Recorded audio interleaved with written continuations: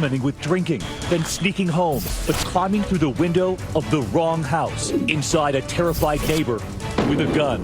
Tonight, new details, 2020 inside the investigation, as a heartbroken father retraces his son's last steps. I was absolutely outraged. And if you were that neighbor, what would you have done?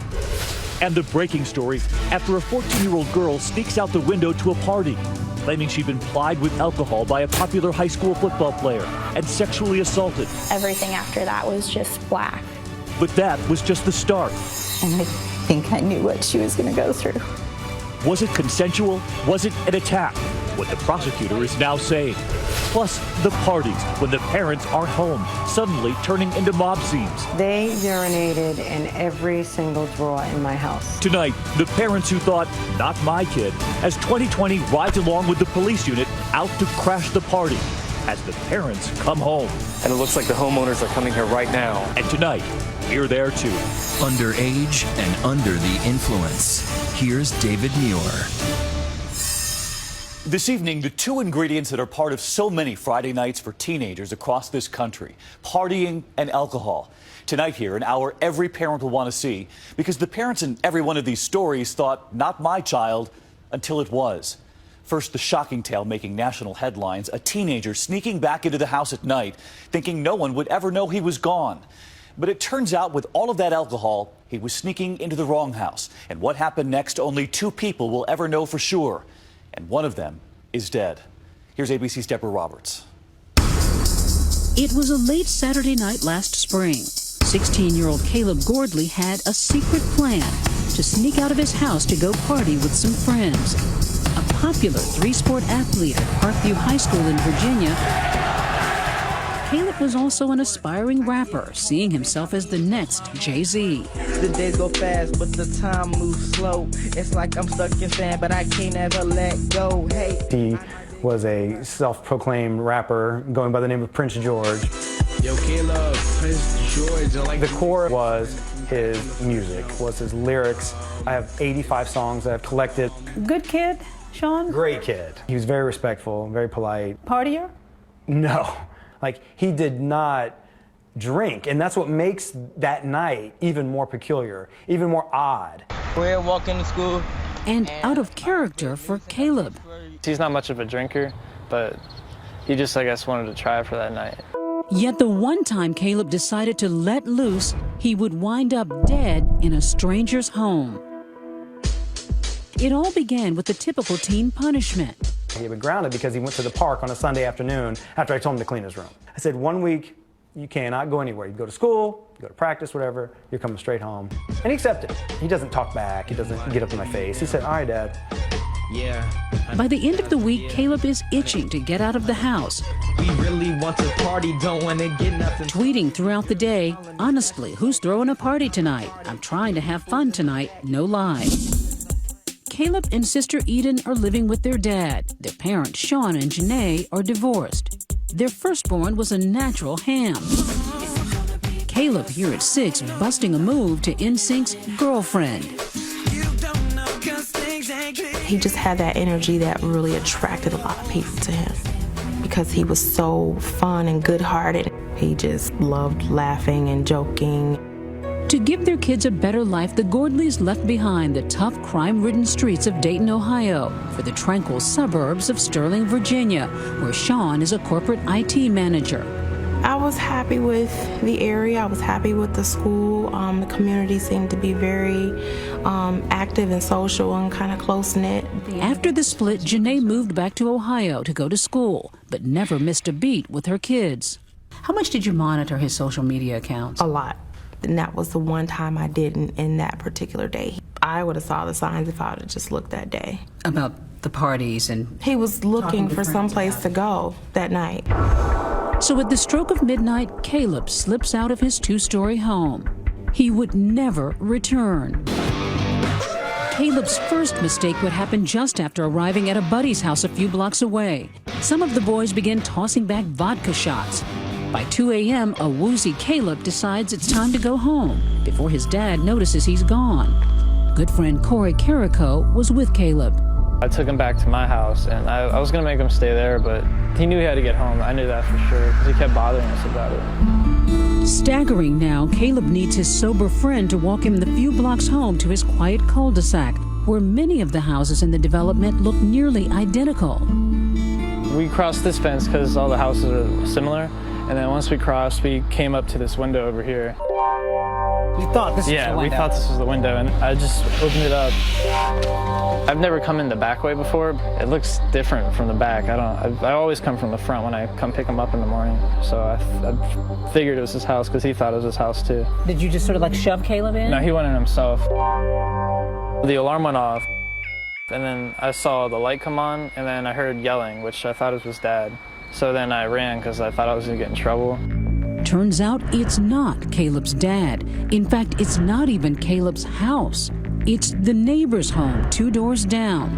The startled homeowner grabs his .40 caliber pistol that he kept next to his bed, thinking a burglar has broken in at 2:30 in the morning. In the chilling moments that follow, gunshots. How many times was Caleb actually physically shot? Once. Once. Out of 4 shots, he was hit once. A developing story now out of Sterling. Loudoun County Sheriff's deputies responded to a burglary with shots fired on... The next morning, news of a shooting quickly spreads through the neighborhood. At Caleb's home, there's panic. His sister Eden realizes her brother isn't in his bed.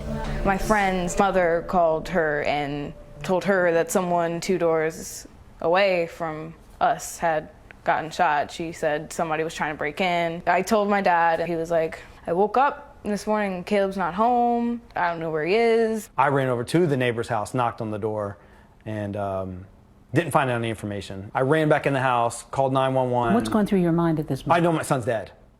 I know he's dead.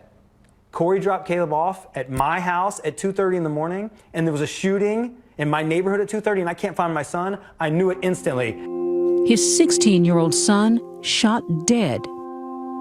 I could barely talk. And I was so lost, and I couldn't fathom surviving this. I didn't know. I was like, well, there's no going beyond this. Eden and Sean break the unbearable news to Janae in Ohio. Overcome with grief, she heads to Virginia. I wept in the airport. I wept on a plane in front of strangers, and it didn't even matter. You lost your son. Mm-hmm. Did you understand at all what had happened? I did. I understood that, he made a mistake. And then it cost him his life. Yeah, my handsome man.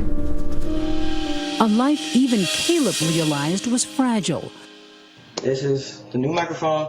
And trust me, I have like 6 songs that I'm going to be putting out today. And one of those songs he wrote just months before dying is oddly prophetic. 1, 2, 3, your life can be done like that. Called Reckless, with the sound of gunshots in the background, Caleb rapped, your life can be done like that. His own life cut heartbreakingly short in what seemed a classic case of self-defense. Somebody breaking into your house, you don't know. This person is going up the stairs, going towards where the homeowner's family was. I guess he fell in fear for their lives. I mean, I put it on me at first. I thought it was all my fault because I took him to the wrong house.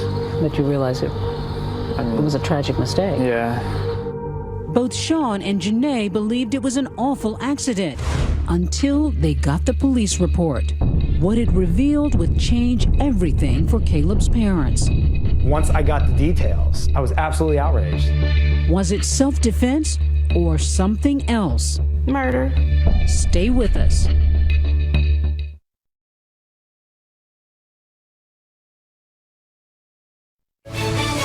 "2020 continues. Once again, Deborah Roberts. Yeah.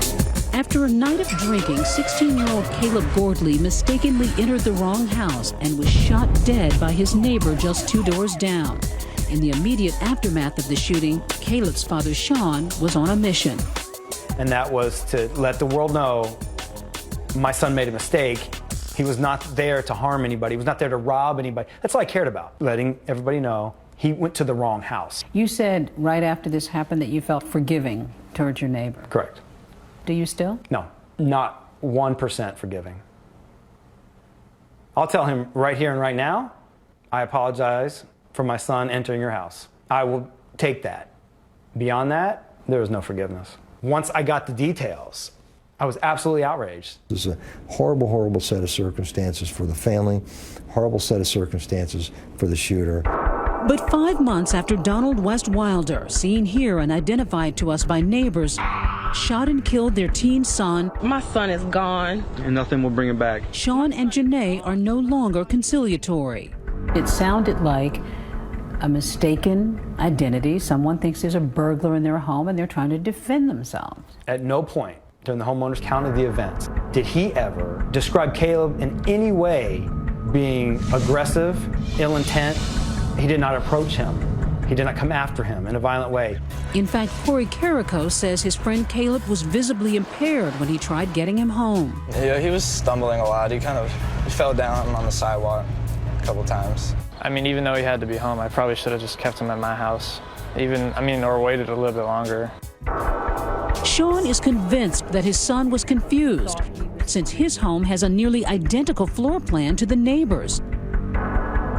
From the vantage point of Wilder upstairs, Sean showed us what he thinks happened, according to the police report. He was crawling into his window. Correct. Where do you think the homeowner saw him first? According to the police report, the homeowner came down this hall, immediately saw Caleb in the kitchen area. He saw his face, he did not recognize him, and he yelled at him to get out of the house.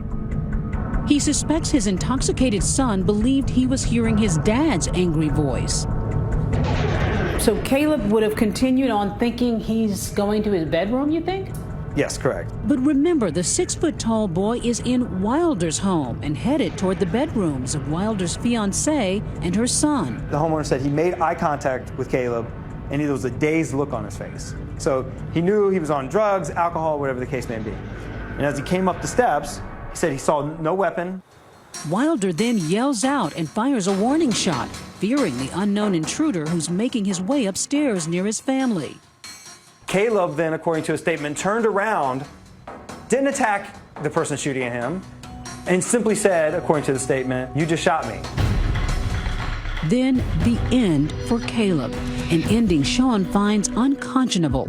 The autopsy report revealing the cold, hard fact that Caleb was shot in the back. The homeowner angled against the wall and fired through Caleb's chest, and then a fourth shot past Caleb's head that he aimed at his head, missed.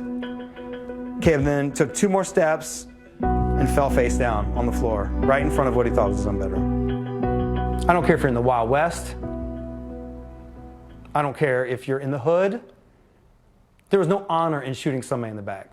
So why would the homeowner fire multiple times when this person didn't appear to have a weapon? It's 2:30 in the morning.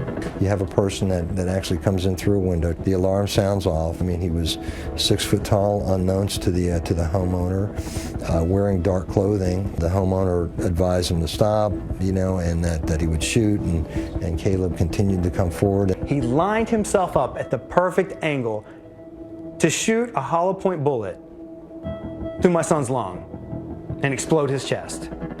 And then a fourth shot at his head for good measure. That's what he did.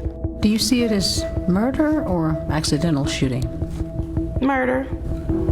Murder? He shot him in the back. If you're really in fear of danger of your life and your family's life, why would you allow a person that appeared to be dazed to you walk right past you and then you shoot him in the back?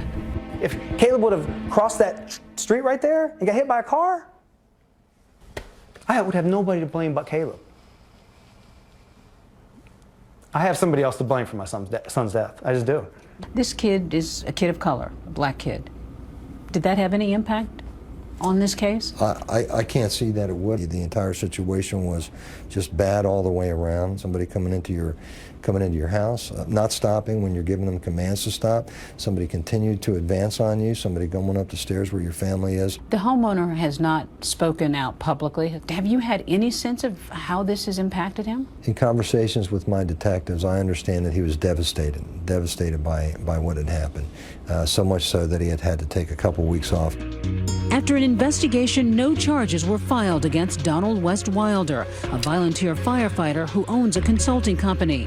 Through his attorney, he declined our request for an interview, saying, "The incident was an unfortunate tragedy on every level, but as we are not confident that participating in your program would contribute to the healing process, we are unwilling to so participate." 10 months after their son's death, Sean and Janae Gordley still can't understand how a teenage mistake can end so tragically. The man who took her son's life did reach out to the Gordleys through his attorney, saying he was sad about what happened. But Sean threw out the note, offended by its formal tone. Do I hate him? No. Do I want him put away? No, I don't think that's going to solve anything. Do you want to hear from him personally? I would love to. He's 2 doors down. 2 doors down. Do you still see this neighbor? I never saw him before. I haven't seen him since. Some people would have packed up and moved right away, but yet you've somehow managed to stay here. The first few months, there was no way I was leaving. I keep the door closed because it smells like him in here still after all these months. I smell him right now. On his blanket, on his pillow. We haven't washed anything. We haven't vacuumed. I come in here, sometimes I'll take a nap on his bed. And he awakens to a wall of emotional memories scrawled by Caleb's classmates who were shattered by their friend's sudden death. I don't know anybody who didn't like him for any reason. You just put a smile on your face. Absolutely great kid. This was his 16th birthday, so this is his last birthday. His son would be 17 now, a high school senior making college plans with his friend Corey. He's such a great friend. It's a shame if you never knew him. He was such a funny person. I truly believe that my son was a gift. Yeah, we got 16 and a half awesome years. I will hold on to that. A sad and complicated case for sure. Was that homeowner justified in taking action that night? Or do those parents deserve an apology in person? Tweet me, use the hashtag ABC2020. Next, the 14-year-old cheerleader, the varsity football player, and a hazy night of blackout boozing. The doctor said that she had been raped. But was even worse still to come? The stuff on Facebook and Twitter saying stuff like, "Why don't you slit your wrists?" The surprising outcome just yesterday.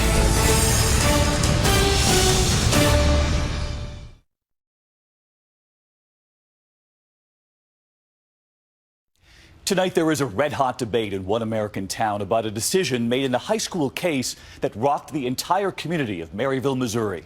In the last 24 hours, a special prosecutor making her final decision about a case of alleged rape involving a teenage daughter and a popular high school football player.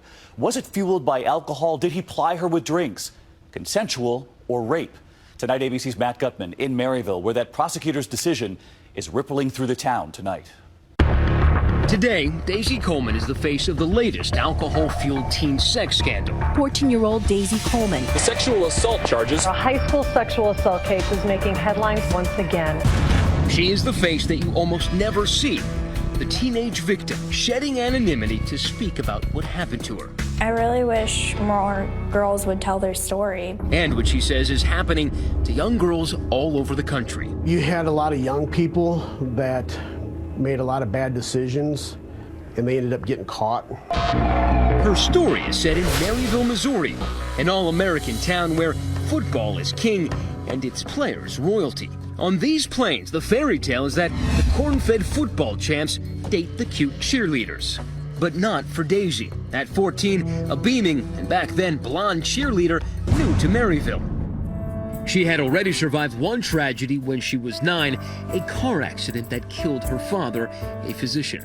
For Daisy, her 3 brothers, and veterinarian mom, Melinda, the move to Maryville with its cows and cornfields was meant to be a fresh start. So, when you moved to Maryville, what was it like? Maryville was great. We were anonymous. We were starting over fresh. We didn't have to be the tragic family. We were just us. But that fresh start in anonymity would soon end so bitterly. Trouble began, harmlessly enough, on a frigid January evening, a sleepover with her friend Paige, who was in the 8th grade. She just came over, we started watching scary movies. They also started drinking. Daisy says it was one of the first times she and 13-year-old Paige had consumed alcohol. I was in high school and everyone was already doing it, so I was like, oh, I might as well try this.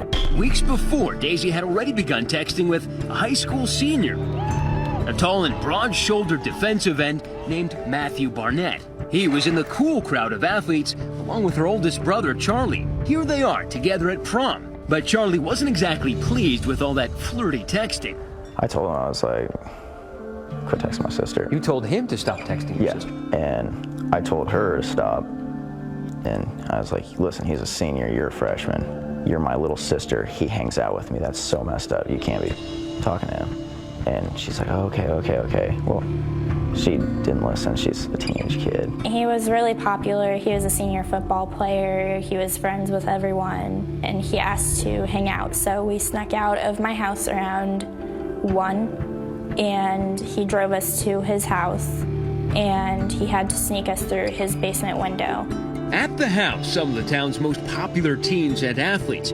Barnett, the grandson of a former longtime Missouri State Representative, junior Jordan Zek, a standout wrestler. A senior whose family owned the biggest restaurant in town, a junior star running back, and a 15-year-old. Those were the guys I was with every single day. You could have trusted them like a brother, and you hoped that you could have trusted them with your sister. Yeah, I hoped. They kind of egged me on to drink from this really tall shot glass. Daisy says the boys called it the bitch cup, and she drank from it. Everything after that was just black, and that's all I remember. Paige says she does remember what happened next. They just automatically separated us, and another guy took me into a different room and sexually assaulted me, and we went back out into the living room, and we had to wait until Matt was done, and he opened the door and I went in there, and she couldn't talk at all, and they were trying to get her to stand up, and they realized that she wasn't going to be able to, so one of them went through the window, and then they proceeded to drag her out of the window. In police reports, Barnett admits having sex with Daisy, but insists it was consensual. The biggest question was she incapacitated by her drunkenness? That would soon become a critical legal detail. Barnett claims she was buzzed when they had sex, but didn't get truly drunk until after they had sex. One boy told police that she drank 5 to 10 shots of vodka in less than 15 minutes after having sex with Barnett. And that same boy shot a short iPhone video of Daisy and Barnett, quote, dry humping. Less than an hour after they had arrived, Paige says the boys dragged Daisy to the car. She was crying. On their way to Daisy's house, Barnett and the boy who had sex with Paige chucked their used condoms out the window. They just started panicking a lot, saying, how are we going to get her dropped off without her brothers waking up, without them hearing us? And so they brought us back to the house and dropped her off and then just put her in the yard. And they told me to go back inside and that she'd be fine. She just had to sober up.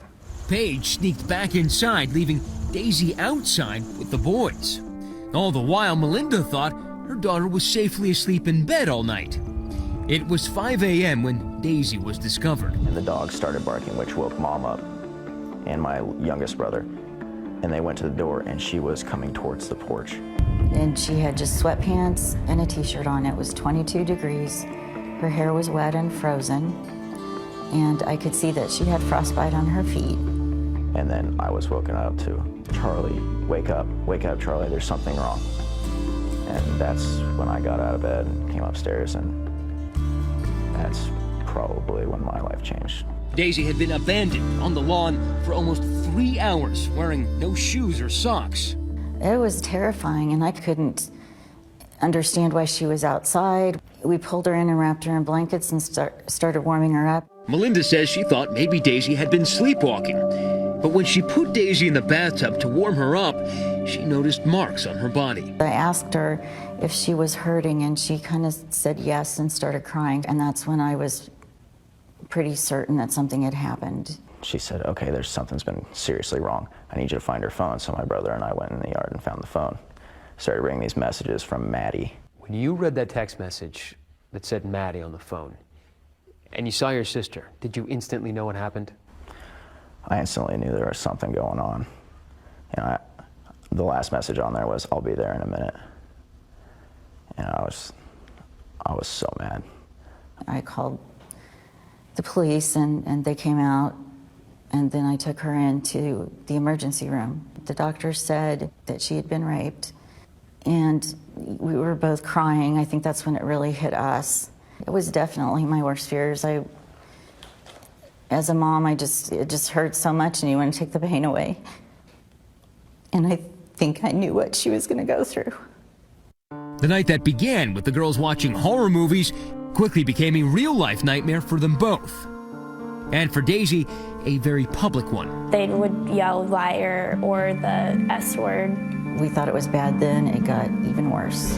Next, a suicide attempt and one final bombshell. I think it's a just result. It's the right result.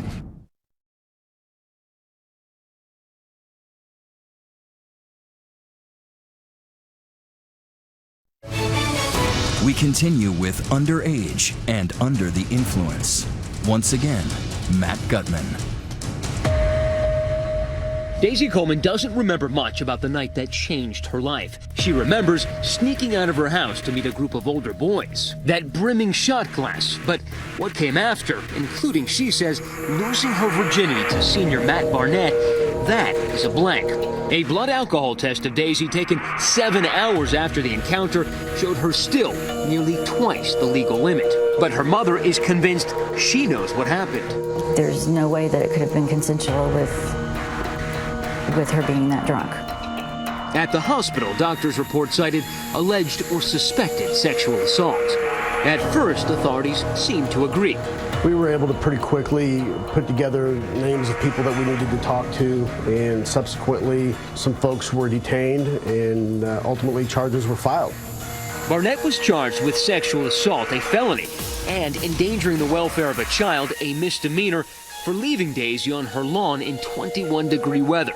But that's not all. There was a video taken. We were told that immediately after they did that they deleted it.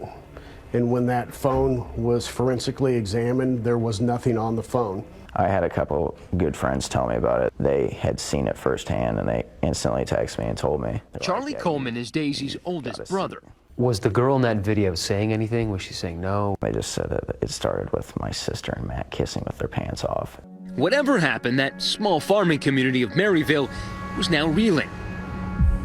For Melinda, a terrifying realization that the boys she thought could have been her daughter's protectors may have been her tormentors. I trusted them. I thought they were good kids. They were at my house all the time. I'd made them chili and rotel. They'd watch the playoffs on the big screen. You know, I really thought these boys not only would not hurt my daughter, I thought they would have protected my daughter if she did something stupid like this and snuck out and drank.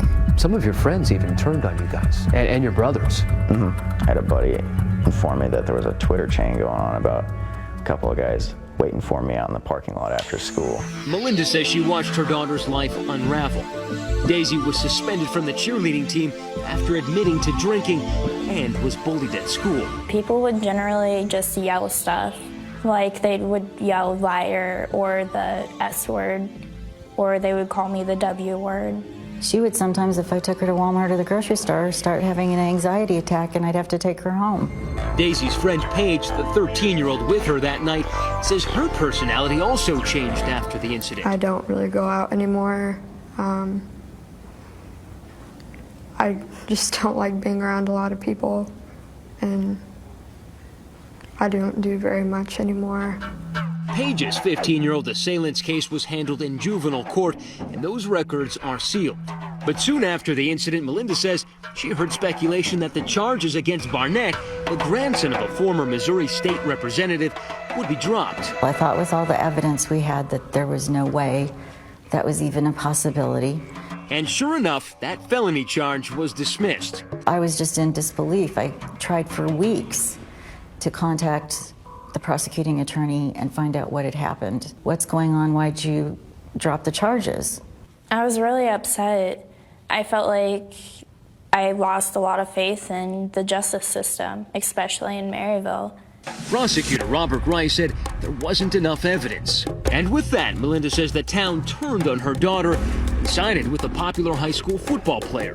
The stuff on Facebook and Twitter was just unbelievable, so horrible, saying stuff like, why don't you slit your wrists? And she nearly did kill herself using pills. At one point, she tried to take her own life. I saw the bathroom was closed, so I knocked on the door, and there was no answer. And I just had this like weird feeling coming over me, like, oh no, not this, please don't let it be what it looks like. So I kicked on the door, and she was just like laying there, unconscious, so. Melinda had seen enough. She moved her family out of Maryville, 40 miles away. But the family's troubles followed them. 8 months after leaving town, another blow. The house they were trying to sell burned down. An insurance company called it an electrical fire. And all the while, Daisy's depression deepened. I began self-harming and I was very suicidal. And I really started to hate myself and who I was. And I felt like I was just an ugly person. I got to the point that I had her with me every single minute. It was almost like having an infant again. She was in such a dark place. Daisy was down, but wouldn't be silenced. She went on a national media campaign. I felt really weak, worn down, just like I wasn't worth anything. Thank you, both of you. I know this is difficult. He has a lot more guilt in this than they're admitting, and I think they need to let him pay at least some price and some punishment so he can learn. Justice for Daisy! Justice and for Daisy! She ignited a firestorm back home. Supporters held daisies and lit candles to represent the alleged victim. The local prosecutor bowed to public pressure, bringing in an outside prosecutor to take a fresh look at the case. And after a 10-week investigation, yesterday, the final word. Today, Mr. Burnett pled guilty to endangering the welfare of a child in the second degree. And what that means in this particular case is that it is a conviction. It will remain on his record, and it will never go away. That was for leaving Daisy on her lawn in the cold. But the prosecutor said there was no evidence for sexual assault charges. There was insufficient evidence to go forward on a sexual assault. Prosecutors can only bring charges if they can actually prove the elements of that charge. So in this case, prosecutors felt like they had insufficient evidence to prove the charge of sexual assault. As for that innuendo about political favoritism, Barnett's lawyers say there never was any. Mr. Barnett truly regrets the actions to which he has pled guilty. Barnett pleaded guilty to a misdemeanor charge.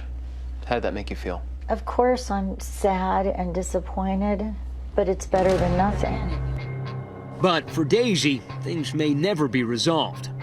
As recently as last Monday, she tried to take her own life again. And tonight, she's recovering in a psychiatric hospital. She has struggled, but her message for other girls hasn't wavered. I really wish more girls would tell their story because I have heard multiple stories from multiple people. They've come to me and they've told me their story and they've told me that they're not brave enough to go through and tell someone about it. And I really wish they would because they deserve justice just as much as anyone else does. Next, Party Central in LA. This is the biggest party I've ever seen in my entire life. Hundreds of strangers crashing and trashing. But tonight, 2020's riding with the cops for an all-new kind of party crashing. We found a couple tanks back there. So what's in those canisters?